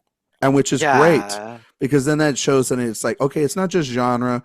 It's kind of like what we talked about TV Glow. It's got its influence definitely already there for future generations to come because the Daniels are very popular and they're very out there and they are very wacky, but also their film appreciation is definitely they lean on heavy into their influences. The Yes. Pixar, the Matrix, Wong Kar Wai, all the kung fu movies. They're all in this movie, It's so I understand also people being that it's a love letter to cinema. Um, it's a movie that is deeply important to so many people. I understand why it's on your list, and honestly, it's in my bag of honorable mentions here that Hmm. I have. But Yeah. It, it and was, it's also one of, we just mentioned Moonlight and we talked about Everything Everyone all at Once. yeah, That's their two Best Picture winners, so yeah, it's it true. makes sense. It was the first film in a long time where I felt the need to like take certain people to go see it. You know, Yeah, like it's one of those films where like I feel like this has a specific sensibility to it that I know certain people are going to love, and I need to make sure that they see it. You know, hmm yeah. and It was a little bit of an event yeah, too. it's It so was an art house rare that event. that happens. Yeah. Yeah, It is a very special movie for what it was able to achieve, and for me at least, very special in terms of what it's about and how it's about it. for sure, for sure. Hot dog fingers for everyone. Hot dog. Amen. Still a really terrible Best Supporting Actress win. We don't have to talk about that though. Not my definitely not my No, favorite. And they could have done well if they just picked the other one from this movie. But I you saw a know, video the other day from the Criterion Closet of Carrie Condon, and I thought, wow, that's uh, someone that should have a fucking Oscar, or should I say, a feckin' Oscar? You know what I mean? Second Oscar. Yeah. God damn it. Anyway, Anyway. anyway, my number two is the most recent film that either of us have had on this list, and probably the most recent one that would be on your list. It's Jonathan Glazer's Zone of Interest. I know that it might seem pretty recent to put this on Yeah. the list, Yeah. um, and but it's also very timely to put this on the Just a list. bit. You know, I've seen some people kind of push up against this movie, particularly the industry and some ding dong critics on Letterbox, and who are trying to be political, but they're actually being stupid. And Mhm. I think that they kind of completely lost the point of what this movie is trying to say, and also what Glazer was saying at the Oscars, which is Yeah. this is an examination of the worst thing possible, and us examining it almost even makes us complicit in the actions that happened in our past, and how we have to make sure that the future does not continue, that future genocides and eradication of people, regardless of what race, gender, or religion they are, should not be tolerated. And I think it's a quite bold film. I think Mhm. I think it might be their boldest film that they've made as a studio. Considering Glazer, who also made Under the Skin, which is a beautiful film and a movie that is a high honorable mention as well. I It's went like with my number six. yeah, it's like right there in my 6 to 10. It was a movie that I almost put here, but I was just thinking about the impact of this, and I went back and I watched Zone of Interest for the first time since last year, and it's not an easy film to get through by no means. Most of these films that kind of we've talked about, some of them are easy to get through, some of them aren't, but this is a vital watch. It's super vital to watch this, and it's elegant filmmaking at its finest. If a movie that wasn't named Oppenheimer came out last year, this would be my number one movie of last year, because this is kind of the opposite of what that movie is, what the Oppenheimer is doing. That movie, this is a movie that is definitely an examination of the dangerous machines or weapons that we're making. It's done in a much more entertaining fashion than the Zone of Interest, which is very critical of everyone involved.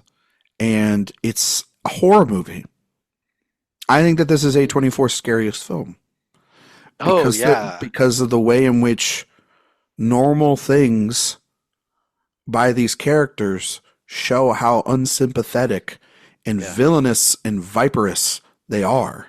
It is certainly their most unpleasant film to Yeah, watch. it is. And this is from a guy who made Under the Skin, in A movie Birth. that is literally alienating. Yes, Like exactly. Literally on the nose alienating. I mean, it starts early on. It starts with the bags of clothes and the fur coat. It extends to the water on the fishing day. It extends to every sound. When you put this with subtitles on to hear the sound or all that is another experience I think that you have to do. Um, I think of just the kind of easy conversations they're having about the gas chambers, the It's quotas that just they have to business. hit, that it is just it's like when you have a sales job and you have Yeah. to hit quotas and you'll get a little bonus, and that's how they're talking about it.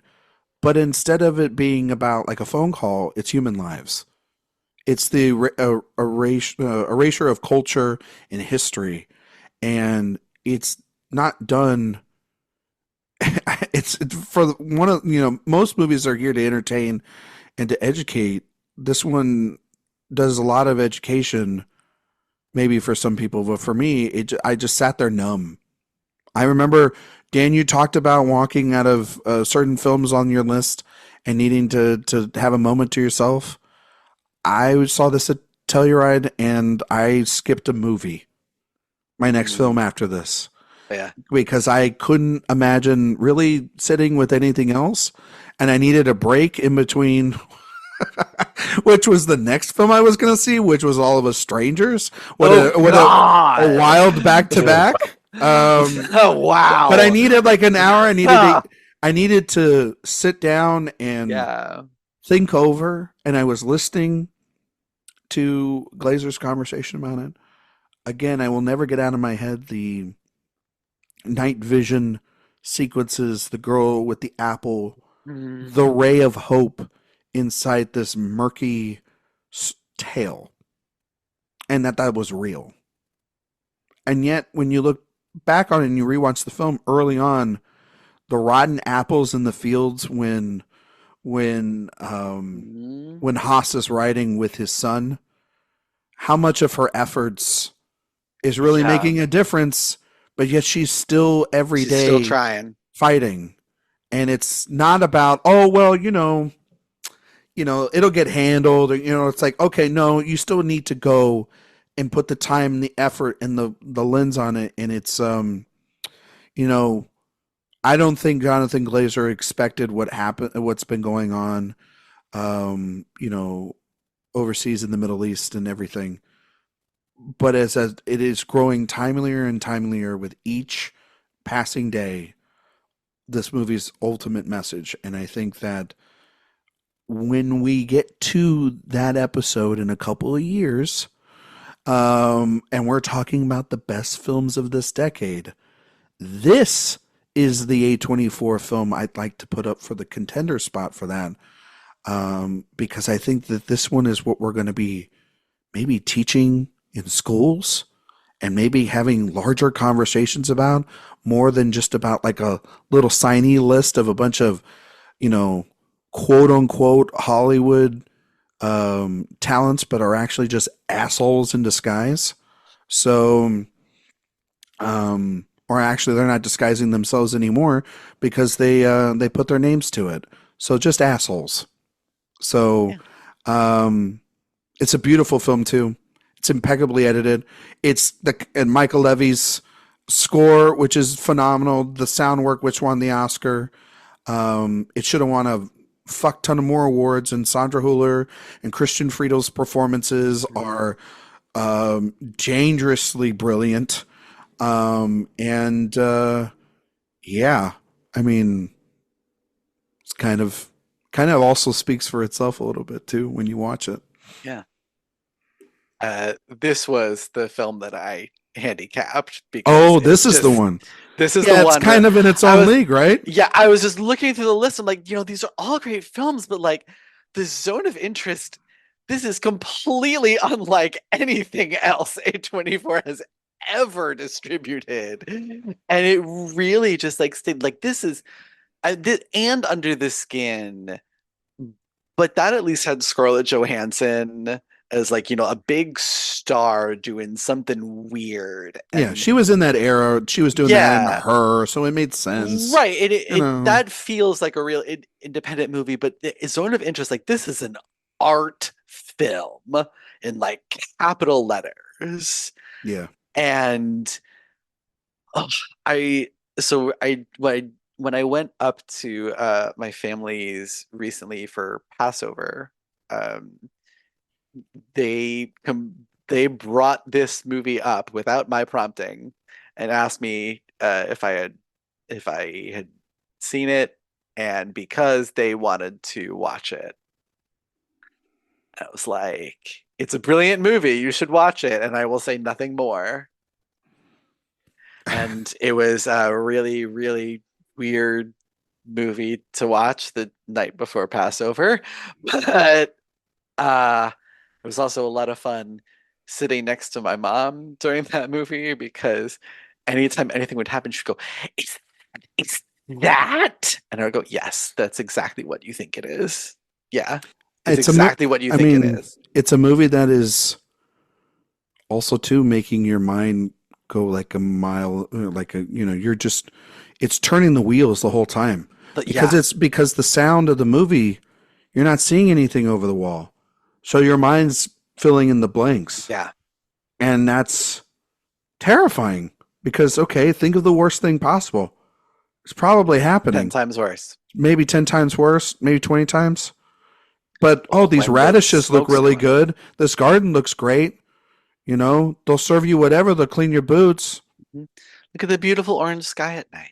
Oh, there's a Met Gala going on.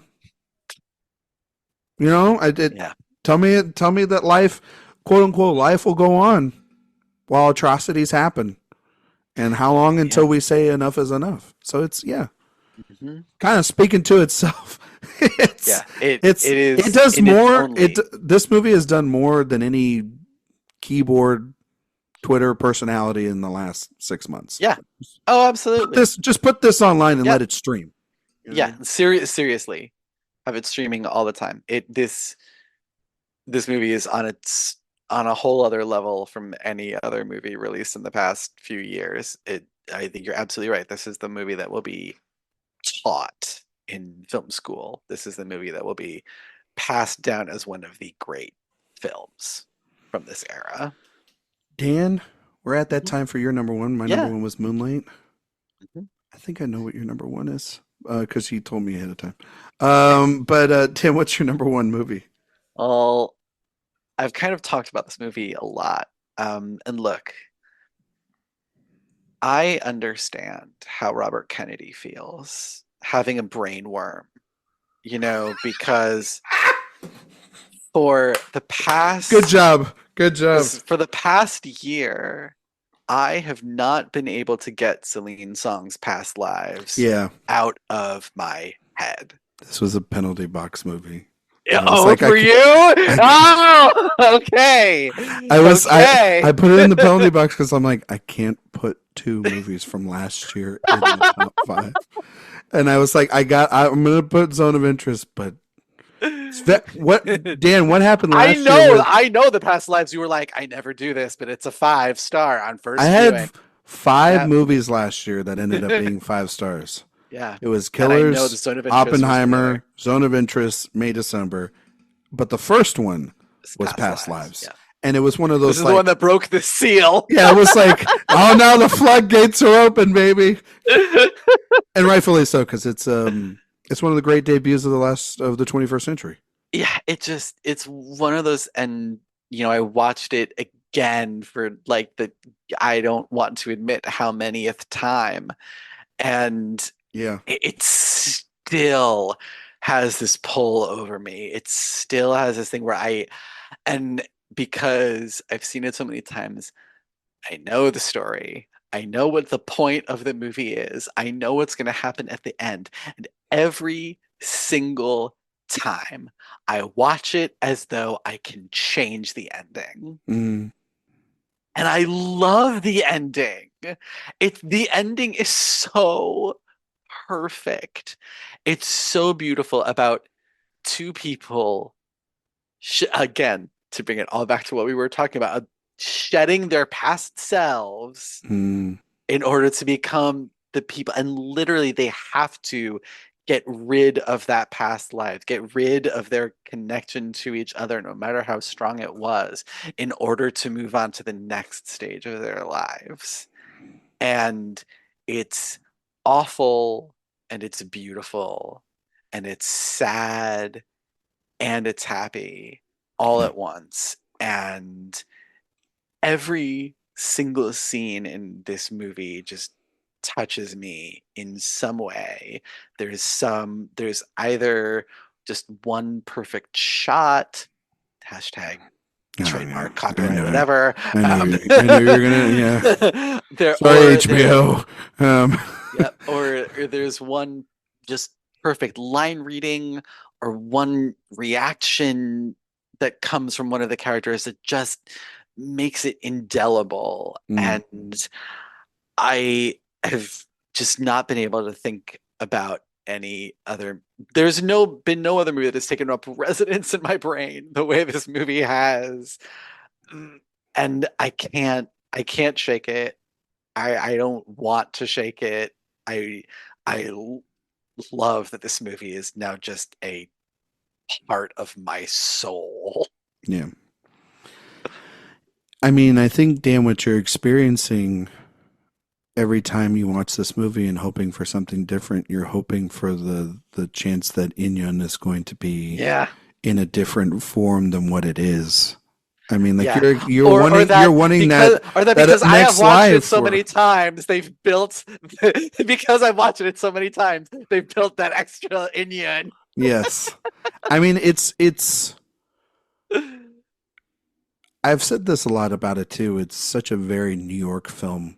It because it comes from somebody that feels as if, at least from my perspective, someone that the city was a safe haven for them and a place for them to find their true self as an immigrant. And it's a vastly important immigrant story. It's Yes. also one that we talked about with TV Go, talking about the past. It is one of not having a fondness for your nostalgia, but knowing when to let it go. And that list, and it's so heartbreaking, but it's also, the more and more you watch it. And Dan, I don't know if you experience this. I understand that it's so difficult for Nora, but the fact that she's holding it so closely in Mm. to finally let it go. It's very culturally Readily, specific at that point, because yeah, of the fact that, you know, he's holding all of his emotions in and being very, stoic. very stoic, and she's doing the best she can. But the minute he's gone and she Yeah. goes back to Arthur, she's then an American again. Where and we've seen this through, I mean, even a movie like The Farewell sort of Yes. complements you to understand cultures outside of the United States, specifically Asian cultures outside of the United States, and how emotion and holding within is very sadly a part of cultures from the East as opposed to the West. And the mirroring shots of him going back to his plane and her arriving to New York earlier in the film, Yeah. as romantic and as beautiful as filmmaking as you're ever going to see, those two bookends together. Yeah. Oh my God.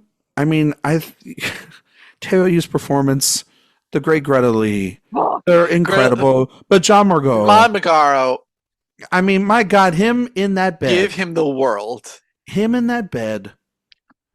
and having essentially a very honest conversation with the person you love about the The fact that most I'm not honest. enough. I'm not enough. And she's like, "Yeah, you are, because I'm with you, and that's enough." Mhm. But still not. You know, the we see early on, when the first shot of the film is these people looking and perceiving what their relationship and what these these three people mean to one another.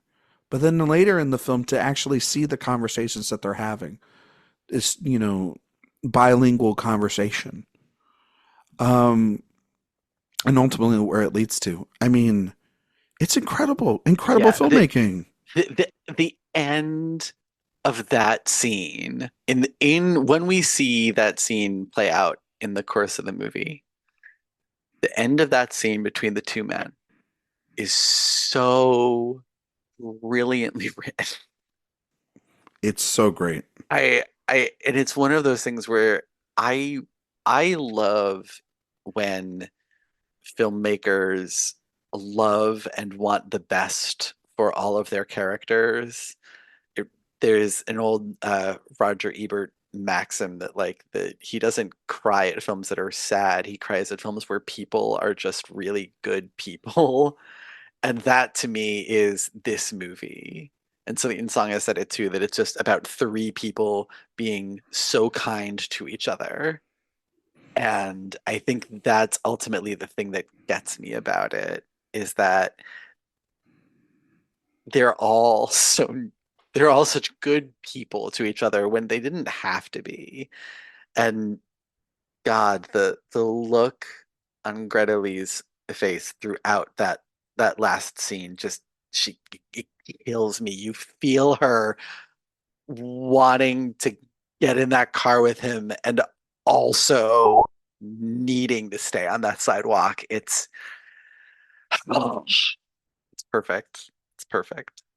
Yeah, Dan, I love what Celine Song told me last year when I interviewed her, and it would almost make me break down in the room. I got to tell you, one of the most genuine people you're ever going to meet in your life. Yes, she is, and what you get in the film was only a taste of the artist, and clearly a very spicy household with her and her husband writing very painful. 2 films about threesomes. Yeah, one's really emotional, and the other is different emotions. Yeah,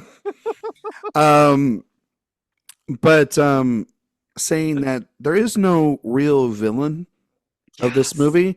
The only villain is time in the ocean that separates them. And when I heard that, I just never thought about that, because we are made to believe, like Arthur says, that he's going to be the bad guy. Yeah, in this story. That's the kind of story that we're used to hearing. But in reality, it's just the truth of you weren't there, you weren't quick enough. And so maybe in another life we are the lost lover. We are connected. Maybe we were soulmates. Maybe we were mortal enemies. Maybe we were something different. But right now, what we are is just acquaintances saying goodbye and passing in the night. And it's so beautiful. And I know she is making her next film already with Pedro Pascal and Chris Evans and Dakota Johnson. And I go, I don't know how in the hell she's going to top this. But I have all the confidence in the world, because I think if you're able to tell something so specific like this, I have to believe that you're going to be able to pull it off again. Yeah. And I think she will. And here's the thing, Ryan. Dakota Johnson has not been in a film with a good script ever. Well, maybe some people unless you want to count The Social Network, but was she really in The Social Network? I will say this as a movie that I think I like the film. I don't know if the script is the greatest, but I know people really do love Cha Cha Real Smooth. Oh yeah, that's the exception that proves the rule. And people really love The Lost Daughter, but I don't think her character is particularly well written in that. Yeah. But beside the point, it's very far and in between. Yes, you know what I mean. It doesn't happen all that often. So when I heard that she was doing a film with Celine Song, I'm like, what can she do with a really good script? Yeah, because we've seen what she can do with bad ones. Yeah, which she can. It makes you think for 5 seconds that you're not watching a bad movie. Yeah, Suspiria's good too. I like this. Yeah. Suspiria. I'm naming a lot of great movies, actually. Right? Dakota Johnson's actually. Well, you just kind of forget because she's in Madam Web so many bad movies. Yeah, she's she's got And a I good love her she's got a very dearly, 50-50 but, like, yeah. ratio, you know. The thing, But like, yeah, no I'm one looking forward to expects. it. Yeah, Yes. and I can't wait to see it. But Dan, let's get some honorable mentions in, and then let's get the heck out of here. Yeah, I had to say, like, Under the Skin was my number 6 with a bullet, but immediately behind it, Yorgos Lanthimos' The Lobster. Oh yeah, I it's really love where that movie. it's really where Lanthimos became more known to everybody is with the Yeah, A24 brand. This and Killing of Sacred Deer, yeah. were the I big just were think the The big ones. Lobster is so brilliant. Really, the comedy is that pitch black sweet spot for me in that movie. And on the complete opposite end of the spectrum from that, just the sweetest movie you'll ever see, Kelly Reichardt's First Cow. Oh yeah, I was I did not go into that movie expecting to like it at all. hmm And I was left with just the sweetest, most delightful bromance. I just want some oily cakes, Right? Yeah, that's all I need. Just oily cakes, roof oily over cake, my head. and a cow that loves me. Yeah, that's And all I my need. yeah, that's all we need. All I need. We can find a way. Love finds a way. Yeah, Um, always. I wrote a bunch down. I have a lot more, but I have a lot more. I'm just gonna start saying them. let's list. So I did mention All Dirt Roads Taste of Salt, Mm, The Eternal Daughter, Joanna Hogg's Okay. sort of Yeah. souvenir trilogy. Tilda Swinton is brilliant in that. Yeah. Yes. I mentioned a lot of these in passing. You mentioned Past Lives. Priscilla, Sophia Coppola's film from last year, which, spoiler alert, is the episode of Director Watch that'll be coming out this week. Marcel the Shell with Shoes On, After Yang. I think that was a really banger year After for Yang. Ugh. Minari. We should have probably talked about that. That's a beautiful film. Minari. That was one of the ones that I like. One of the best I films of remember really 2020. loving it, but I need to rewatch it because 2020 was such a blur. Yeah, you kind of just put it aside, and Yeah. you're like, but I know you're good. But are you great? Yeah. Are you just yeah. great because of pandemic? I think it's a very, very good movie. Tragedy of Macbeth. That's an even though That it is a streams on Apple, stunning- that is an Mhm. A24 film. Yes, it is. Technically, this is one too. I realized this, even though they streamed it. White Noise from Noah Baumbach is actually an Yeah, as A24 A24 film. produced it. Yeah. And that's one of my favorite Baumbachs. The Lighthouse, Uncut Gems, Anga Jams. Oh, la- God. The Last Black Man in San Francisco, Oh, Ryan, is a- I'm which is so a- glad you mentioned that. which is a tough movie to talk about because of one of the leads, but it's still nonetheless. Joe Talbot is amazing. He has a beautiful singular voice. I cannot Mhm. wait to see whenever he decides to grace us with another film because Please. that movie, that final shot of that movie of the boat just incredible. I love everything about that movie so much. Let's talk about Under the Silver Lake, which is which is a wild movie. I know that like if you love the Everything Everywhere All at Once, Daniel sort of like trip, go and watch Under the Silver Lake. The movie's gnarly. Also weirdly wow. beautiful, Yes. crazy love letter to Los Angeles. High Life from Claire Denis, Ooh. which I mean, it's got like a fuck chair in it. Who doesn't want to watch that? You know. Oh my God. I mean that is a hot scene, but it's also a wild movie. And Yeah. Well, while we're at it, while we're with the Mia Goth, give it up for the Mia Goth Ty West double feature, soon to be triple feature, feature X and Pearl. the X Universe, Mm-hmm. which I is spawned love their an own art house franchise. The Florida Project, Oh, which is God. a beautiful film. I really love that one. Yeah, that's another one I need to rewatch. Good Times, You mean Good Time? Good Times. It's a good Very time different. watching that movie. Very different stuff. American Honey. Oh, what a film. Andrea Arnold's got her next film coming out at Cannes. What a film. Ex Machina. X freaking Fucking Machina. My this God. is the The movie really that Alicia Vikander won her her Best Oscar Supporting for Actress Oscar for. the last great capital G great Alex Garland movie was his first. I like Annihilation a lot, I was going to say I will fight but you on Annihilation. I think that's Annihilation is capital G great. it's very good for me. I hate Men, and then the more I've Men stepped is- and Civil War is a movie that I like aspects of it. The more I've stepped away from it, it's not that great. Yeah. Green Room. Oh, Talk about one of the most tense moments in maybe any A24 film. The Door. Remember The Door, Dan? That's all I really. I would rather not. Thank you, Ryan. That's all I need to say, though, right?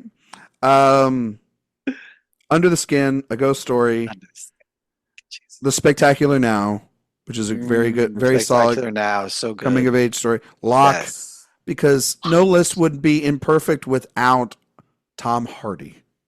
Yes, and I'm gonna throw this one out there for my Director Watch co-host. It's a big fan of this movie. I have not seen it since. I really actually should rewatch this one. I feel like Dan has taken an edible to this movie before in the past, and that's Harmony Korine's Spring Breakers. Okay, I haven't, but not a bad idea. Not a bad idea. Not a bad idea. Truly I love Spring Breakers. That movie is wild. Wild movie about excess. Easily Harmony Korine's best film, I think. Probably. I'm not watching that new one. And tell you that. Oh God, Aggro Drift. Aggro Drift. Oh, I don't think I would survive that without an edible, and I'm not sure I would survive it with one.